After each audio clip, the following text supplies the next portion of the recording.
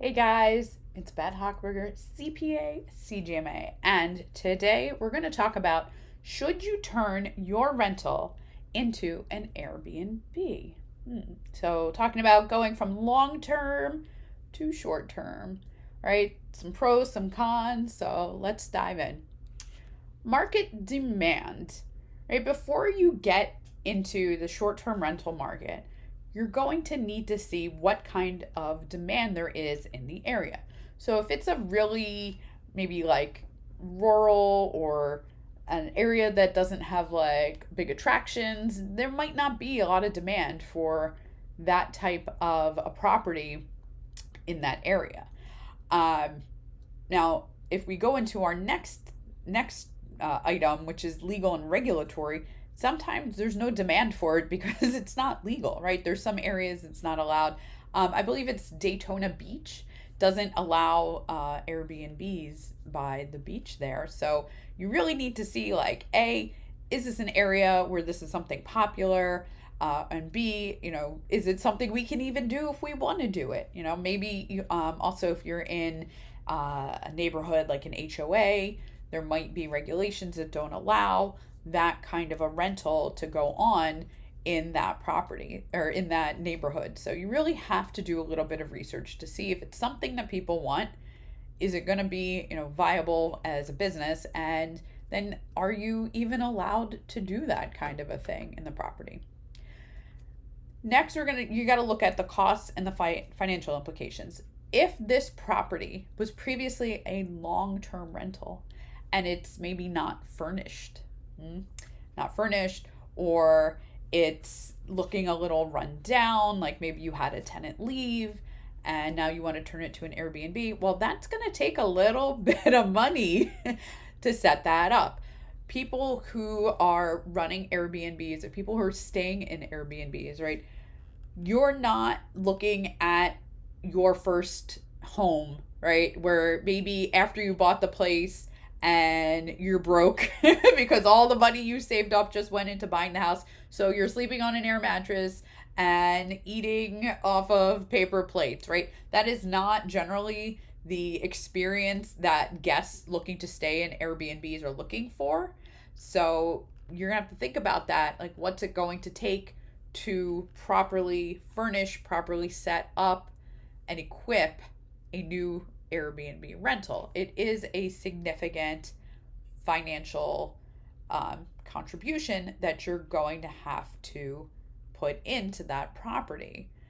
Now, at the same time that you have this extra setup fees, you're going to have extra maintenance costs, right? If you had a long term tenant, you're not paying for cleaning on a regular basis. Whereas Airbnbs, it's kind of expected that you're going to pay to have it cleaned so that when the next guest comes, they're not sleeping on dirty sheets from the previous tenant or guest, right? So there's a lot more to the equation when you're converting a property to a short term rental. You really need to dig in, you really need to model it out and figure it out what that's going to look like.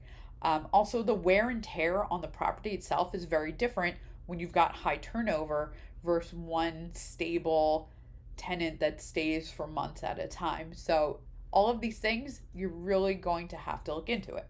Now, part of that cost and financial implications is also related to taxes, right? There is what we lovingly refer to as the short term rental loophole, where if you hit the criteria, you can turn what was previously passive income in your rental into non passive income that can offset things like your W 2. So that can be a big factor. You're laying out a lot of cash to set the place up to be a short term rental, but at the same time, you might be putting yourself in a better tax position. So, all of these things we have to weigh the pros and cons. Now, property management, right? It is not the same to manage a property that is a short term rental versus a long term rental, which maybe seems obvious, but if you've not done it, if you haven't looked into it, you might not realize how different it is. So, short term rental, right? You're kind of like running a small vacation company. So you need to have advertisements. There's a lot of um, non property work that has to happen, like keeping up Airbnb listings and VRBO, and maybe you've got a website and all those kind of things, right? So there could be an argument for having property management. But again, there's a downside, right? It's going to cut into your profits. And if you're trying to use a short term rental for those tax savings we were just talking about, well, probably the having a property manager involved will probably knock you out of the short term rental loophole.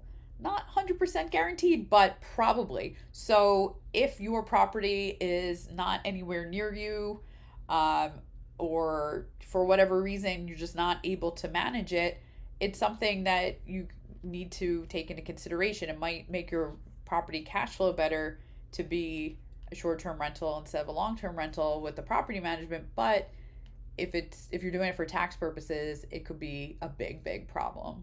So we got to watch out for that. Um, Insurance and liability.